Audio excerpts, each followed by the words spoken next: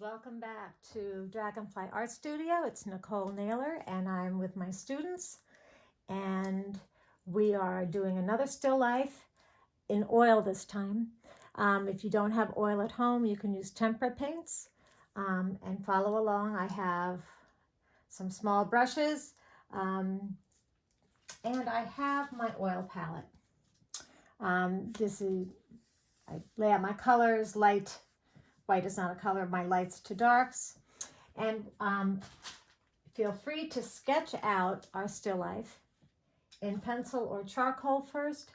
I prefer to start in a light cerulean oil, and I'll show you that quickly. A very light, little bit of blue, cerulean.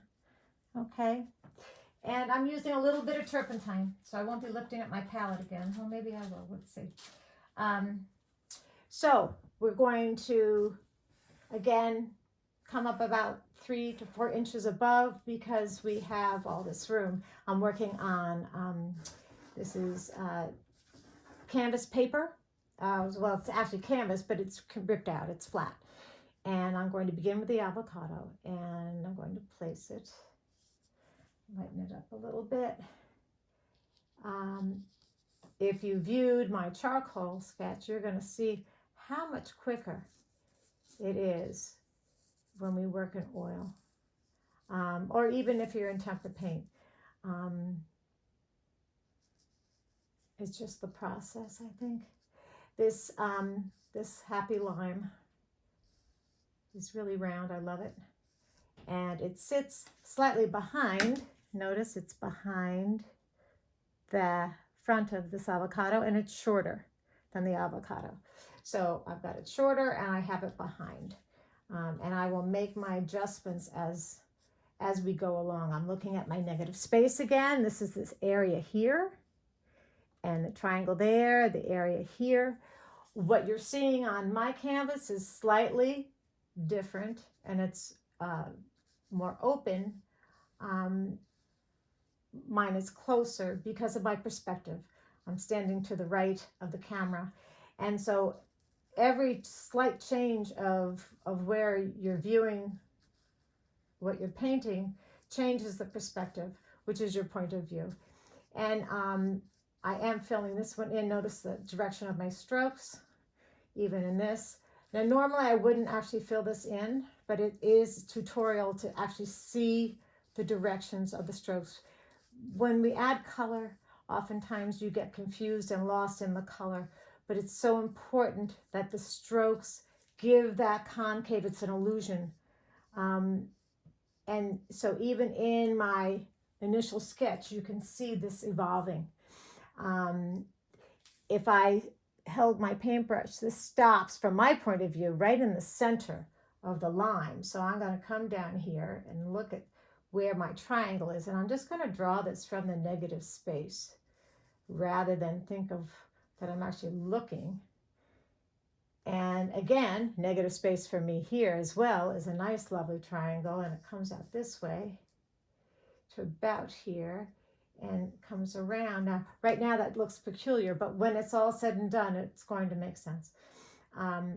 This comes this way and come to here, sort of bends a little bit.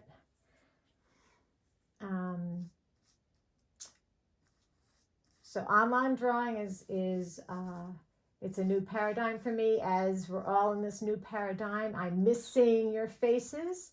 For my students that are connected to Dragonfly Art Studio, I will be doing a live chat when they are actually painting this. And that should make us feel like we're still connected and good. So here's my basic sketch for my drawing, or for my painting. And now I'm going to, so I have, because how we teach in the studio, when you're learning to mix your colors, we use the primary colors, which are what? They are red, blue, and yellow. And so my students spend many years working exclusively in red, blue, and yellow, so they learn how to blend their colors.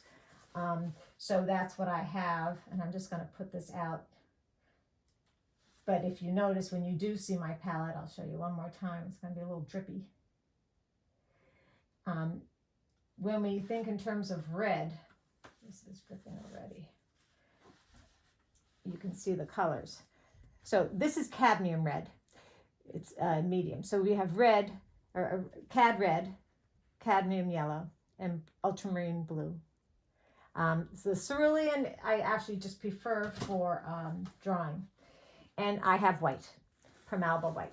So I'm going to return back and to make my avocado, already you can see this green into the blue. It's because I had a little yellow and I had a little orange, and this just dulled that green down. It's really, working in color is so fun. So I'm already in this wonderful deep color. You see how quickly that happened? So you can make, with these combinations of cadmium red, medium or light, ultramarine blue, and cadmium yellow, you can make every color under the sun. Again, my stroke work is extremely important. I'm working in this concave, and I'm just establishing that nice, how quickly was that fun? Now, of course, my lime is much lighter, and I'm just working, if you can see, I'm working in this cad yellow, dirty brush. Haven't cleaned my brush. In fact, it's the same brush that we started with the cerulean. If you watch the charcoal sketch, you can see this is a much faster process. And I say that probably because I've been painting for a gazillion years. I started when I was 28, and that was a very long time ago, for those of you that know me. And those that come to meet me. So we have that. And now we're going to the my little red pepper. And so I have an orange. Again, I haven't cleaned my brush. It's the same brush. That doesn't mean you have to paint with the same paintbrush. You can use a different brush. I might add some yellow, brighten this up. But you can see this, it looks very orange, but boy, when you put it out, it's got that pop. These are live vegetables and fruits. And in fact, I've been cooking with these red peppers. Boy, are they yummy. Whatever you put them in, they just add a level of sweetness. And that is the beginning of my sketch, okay? And so let's just, again, add a little more light. Now we're going to come back into here, and notice I'm still using that dirty brush. I'm going to take a little more of this blue out. And that cad red gives this a very rich,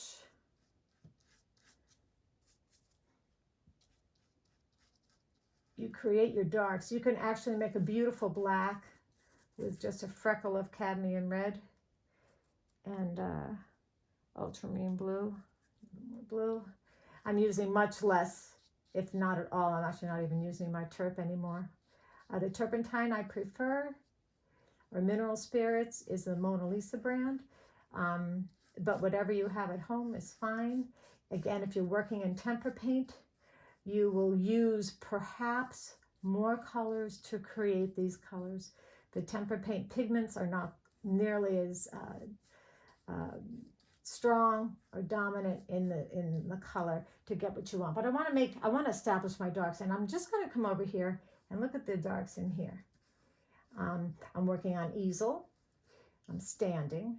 For those of you that are sitting, that's fine. If you're working, well, regardless of what you're working in, put something underneath if you're at a table, you want to put something underneath your work so you don't damage the surface of what you're on. I'm in an art room where I'm set up for whatever, drops or spills or, and in fact, while I'm in here, I'm just gonna, a little more blue.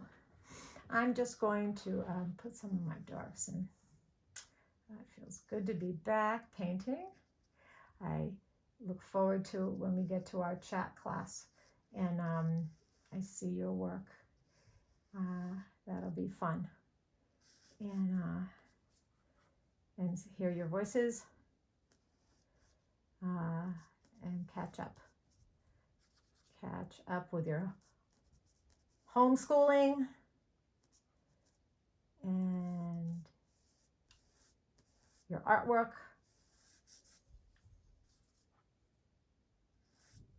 I've been spending a lot of time with my dogs, and that's always fun, but I do miss being in the studio with my students. When it gets warm enough, I'll be doing some plein air classes with my adult students. I look forward to that. We can be 6 feet apart.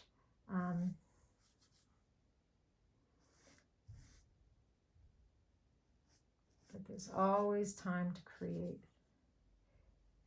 Now these darks are really important, our shadows.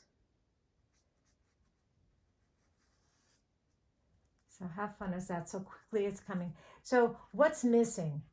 If you were here, I would ask you, what's missing? So I have my key darks. These shadows, especially this one over here, very dark. And actually it comes way around from my perspective. Again, my perspective is slightly different from what you're seeing from the video camera advantage point. And I do like to see a little red in here. I'm missing a lot of my lights. I have what we would basically call our midtones. If this photograph or if this video was in black and white, these would be considered our midtones. I haven't really put darks and lights in, although perhaps this might have some darks. I'm establishing some darks. And again, these are only with 3 colors and white, with the exception of what I sketched in, okay? So at this point, I might, I have a little rag here if you want to see my hands. If I want to clean my brush, and I do tend to like to use one brush a lot, I'll just dip it in a little turpentine and wipe it on a paper towel. And I'm going to continue and put some of these lights in. I'm using this color directly, which is my cad yellow, to get some of these darks in. Again, I'm pulling. I don't want to kill all the color I've already established. The tendency for most painters is when they see something that's lighter, they immediately go to white.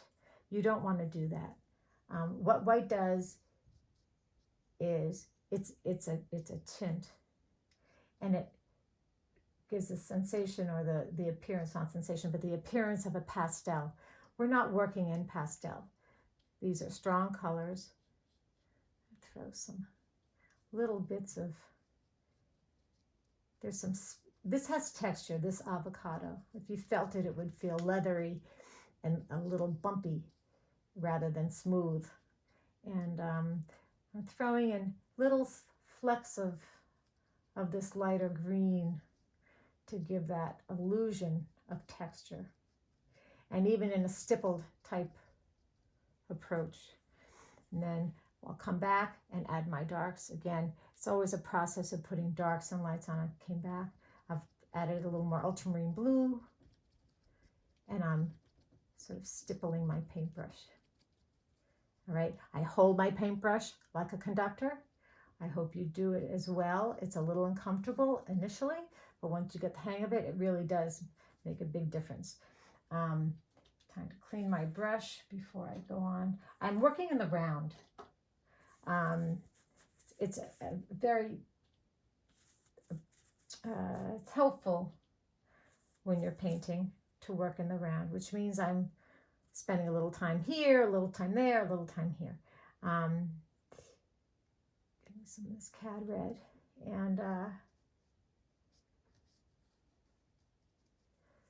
might just pick up a little, just a little darkness, yep. So we're going to get that dark ridge.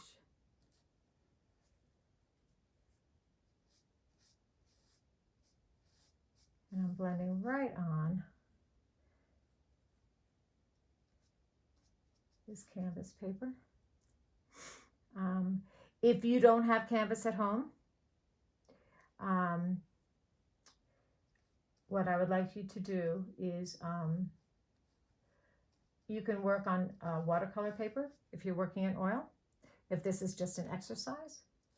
And if it turns out great, you actually could frame that watercolor paper the same as you would a watercolor. If you're working on your drawing pad in oil, it's not going to work as easily for you because it's going to dry up too fast on the paper. Watercolor is less. So this is developing. It's developing. And so what's missing? We can put some of our lights. I might switch brushes at this point.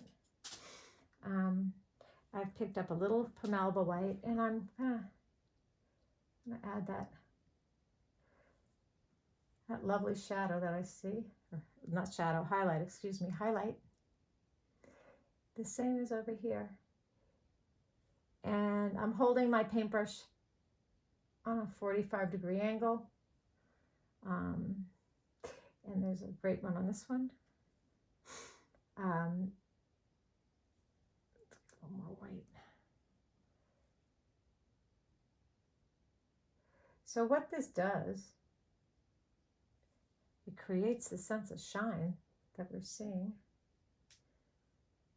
because it's very much there.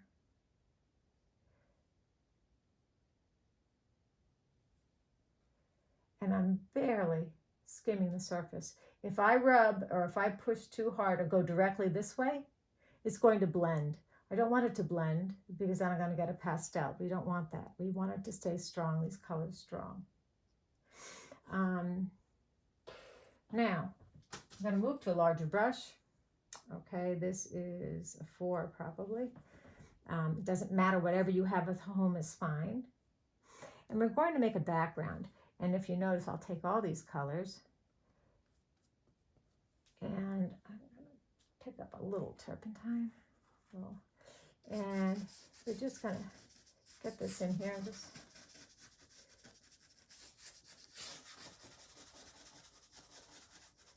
go right into that shadow.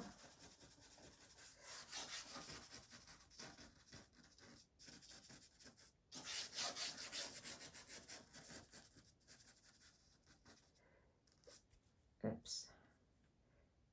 And pull it right back in. You can fix that. Beautiful thing about oil, you can fix anything in oil. Watercolor, less so. Watercolor is less forgiving. But I do like, I'm going to come back with my red and just put this right back in. There we go. Nice, nice, nice. And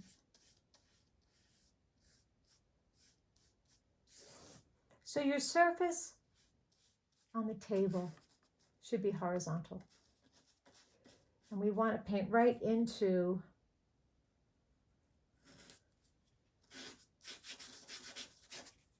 our subject matter.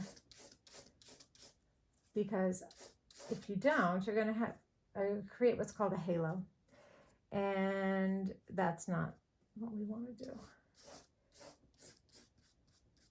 And come back in here.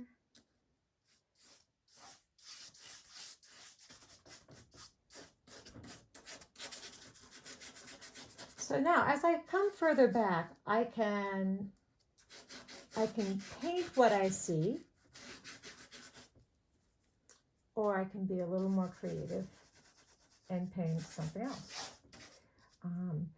If I make up a background color, though, what's going to happen? The background color is going to sort of shed a reflective light in other places. So if you make up a background color that's oh, say purple or blue or green, those colors are going to be reflected, even if they're from behind, onto your background. So you have to be aware of that. And again, I'm using just these 3 colors in white, and look at all the different combinations I've created. See a lot of different colors. One more turp. On raw canvas, I prefer using turpentine in my initial approach because you get faster coverage. And it's a little bit like surgery. I really am very careful, but I want to go right in there. We don't want to leave any areas. I can come back in that and touch that up. But this is darker in the background, is it not? So we want to do that. We want to make this a little darker, as if we're drawing exactly what we see.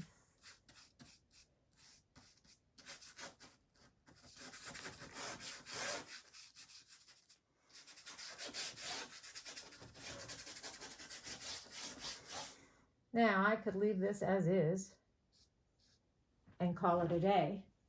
And I have a nice little painting. And it has depth, and it has shape and form, and it has darks and lights. I'm clean that a little bit. I can't say enough things about how much I love painting in oil. And my students that work with me in the studio, many of whom I start them at 11 or 12, depending upon how good they are with their hands. They work in oil and they love it just as much and have as much fun. If I created this, if I got this a little more dark,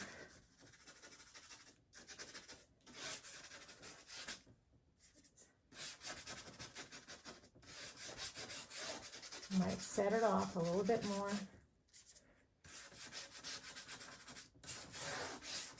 But as a tutorial, I don't want to take it too far.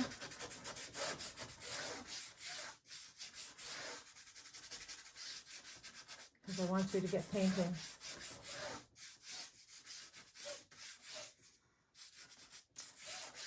So you can visit my students' work and me on Facebook, Dragonfly Art Studio, Connecticut.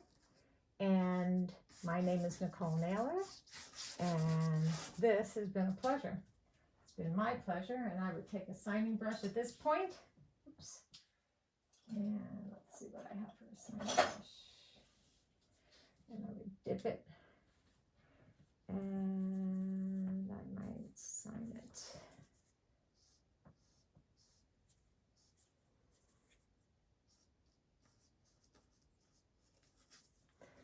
Welcome to Dragonfly Art Studio. See you later. Bye.